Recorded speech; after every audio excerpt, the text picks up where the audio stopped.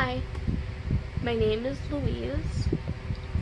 My name sign is because I loved Harry Potter since I was little. So I know how to sign. I'm pretty conversationally fluent, but the issue is a lot of my signing is like broken sign. It's like slang, so it's like half signed, half English, and I would never want to confuse anyone. The issue is the people I mostly sign with kind of like know my speech patterns and know how I sign, so they're not going to be too confused when I bust out like half signed, half spoken word. I do plan on eventually learning how to sign more formally, so I can possibly use it in my future videos, but until then, I'm just going to be using closed captions that are personally written by either me or someone else on my team who's helping me edit these videos. So, like I said, my name is Louise, but my online alias is TrashPanda, because, I love garbage, and I love pandas. So, I have a cat. I love Harry Potter, like I mentioned before. I love musical theater, and this past August, I was diagnosed with Usher syndrome. For those of you who don't know, Usher syndrome is a genetic disorder that you can inherit in the recessive traits for your parents, and it causes degenerative vision and hearing loss. Usher syndrome is characterized by two major sets of symptoms. One is the hearing loss, and the other is called retinitis pigmentosus. I'm sorry, I had to look that up. RP is the main cause for night blindness and tunnel vision, and it basically kind of like strips away your peripheral vision, which is basically the vision that's not like when you stare straight ahead, it's everything you see kind of on the sides of your vision. So as retinitis pigmentosus progresses, you kind of create this sort of tunnel vision where like everything from the side starts to fade out and you can only see what's in front of you, so it's kind of like looking through a tunnel. Usher syndrome can also affect someone's balance, but that varies depending on what type of the syndrome someone has. So there's type 1. Type 1 Usher syndrome presents itself at birth. Usually children are born profoundly or severely deaf with major balance issues, and they begin to lose their vision at a very early age. Type 2. Type 2 presents itself in a slightly different manner. There's moderate to severe hearing loss at birth, but RP doesn't set in until late childhood or the early teenage years. People with type 2 Ushers also maintain normal vestibular function, which basically means that their balance generally is not affected by the disorder. Type 3 Ushers,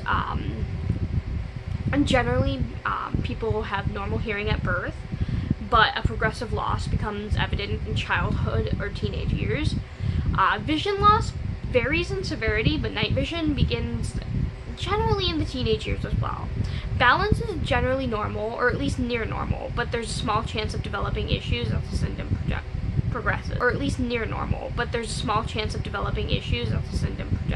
progresses.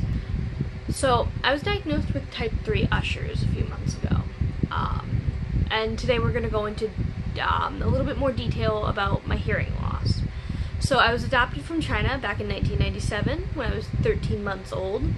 My parents said that I came to them with a slight hearing loss, but the earliest documentation I could find in my medical records was from 2002. It's a letter from an otolaryngologist, which is a fancy word for ENT, which is a doctor for your ears, nose, and throat. And he said in his letter, "To whom it may concern, Louise was last examined by me in August of 2002. She has well-documented mild, sloping, upper, mid, and high-frequency sensorineural hearing loss in both ears. However, her functioning hearing is normal with speech reception at 10 decibels. That is the earliest recollection that I have, and that is documented of my hearing loss." I remember, if you're American and you went to the public school systems, you probably remember this as well. Those beep tests that you'd have, where you would face a wall and you'd have those headphones on and you'd have to click a beeper every time you heard like a noise. And I remember I would fail those all the times, and I don't know if that was a combination of my extreme intense anxiety and my poor hearing, or if it was just because my hearing was starting to go. But either way, I was no good at any of that. So I used to fail those all the time, and I'd always have to go get retested over and over and over again. They'd always kind of show the same thing. My hearing and my speech discrimination were okay in like the mid and the lower ranges. They were a bit like off, but nothing that was alarming, nothing that needed any sort of like second look. But my upper and mid range, where like as things got like higher pitched, it would start to go down, meaning that my hearing was worse, meaning that things had to be louder in higher pitches for me to be able to hear them. So most notably, the last time I saw an audiologist before I just did recently was back in 2013, which was when I was in high school. And so I have the audiogram from that here. And the x-axis shows the frequency of the pitch that they were playing. That's this horizontal line here. And the y-axis shows the volume at which I heard the noise. This basically shows that I have normal perception up through about 2,000 hertz with the steady decibel levels of like 15 to 20, and that's still in a really good average range. But after that, it starts to slope downwards, and the highest tone that I could hear, like, would only be able to be heard at 55 to 60 decibels. So, even though my hearing was really bad at this time, I still wasn't recommended for hearing aids. This is because even though my hearing was bad, my speech discrimination was still 88%, which is still really high and still really good for someone who's missing a lot of the higher pitched tones. So after this screening, we kind of dropped my hearing and kind of dropped what was going on with my ears for a while. I graduated high school, I started going to college, a bunch of other things popped up, and I kind of forgot about my hearing. And a lot of you guys might even say, well, how did you not notice going deaf? And I'm going to be very, very frank with you and say that my hearing and my vision are not the only medical issues I struggle with. I'm a type 1 diabetic, and I have schizoaffective disorder, complex PTSD. Primarily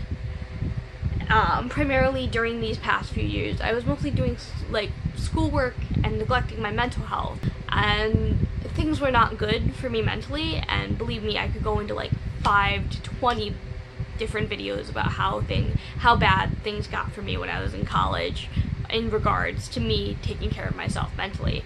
But let's just make a long story short.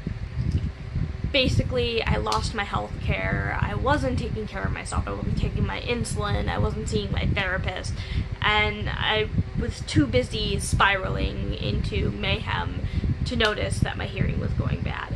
And I'll talk a little bit more about how it got so bad in the first place a little bit later. But back to the audiograms. This is the audiogram from my most recent doctor's appointment in July of 2018, this year. So as you can see, my hearing took a major hit. Now even like the low and the mid tones dropped from an average 20 decibel to a minimum of 55, and my higher tones tanked even further, with the 4,000 like hertz testing at 90 decibels. The audiologist said that my speech discrimination was somewhere between 50 and 60%, and that's extremely impaired and not good at all. And so back to the whole, like, how did you not notice going deaf? How did you not notice not understanding people? A lot of it has to do with me neglecting my health in general, but I primarily coasted off of the whole, like, I would ask what, like, if I didn't understand someone, like, 4 times, and then if I still didn't understand them, I would just say yes anyways. I don't know how that hasn't gotten me killed yet, but it worked for several years.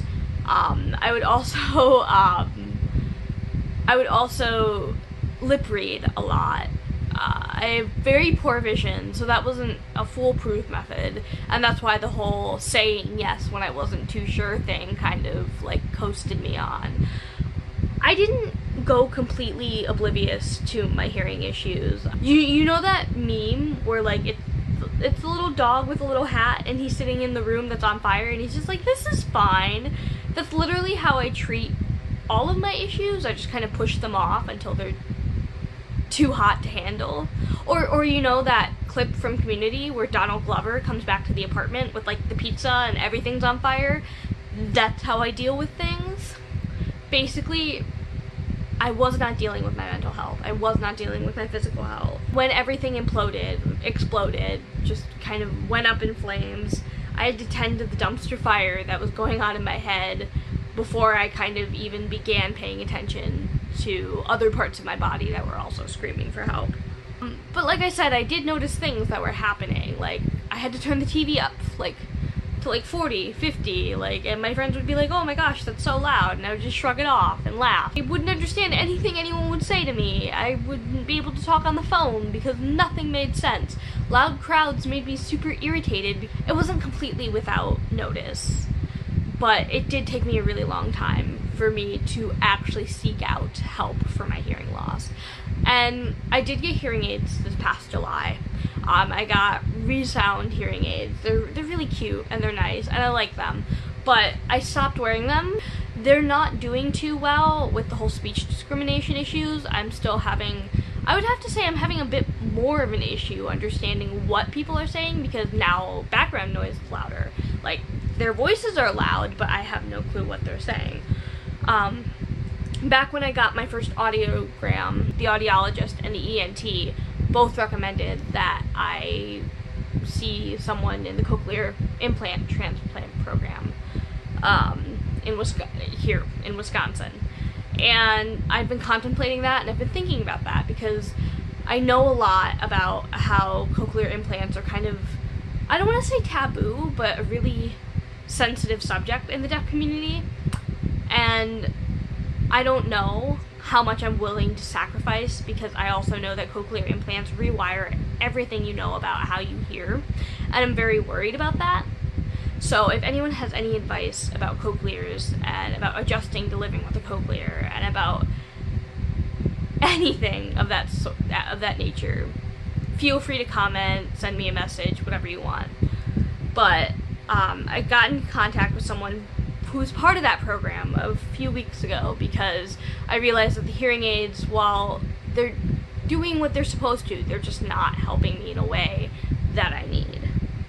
I created this vlog to document my adventures and my journey as a post-adolescent child navigating life, going on adventures, going on my journey, with Usher syndrome, with schizoaffective disorder, with CPTSD, with all this baggage that I have to strap on. And I created it for my own well-being. I created it as an entertainment source for you guys, and I created it as something that will hopefully bring me healing and some sort of sense of peace. So I hope it's entertaining, and I hope it's whatever you guys want it to be, and I hope you guys enjoy. Have a good day.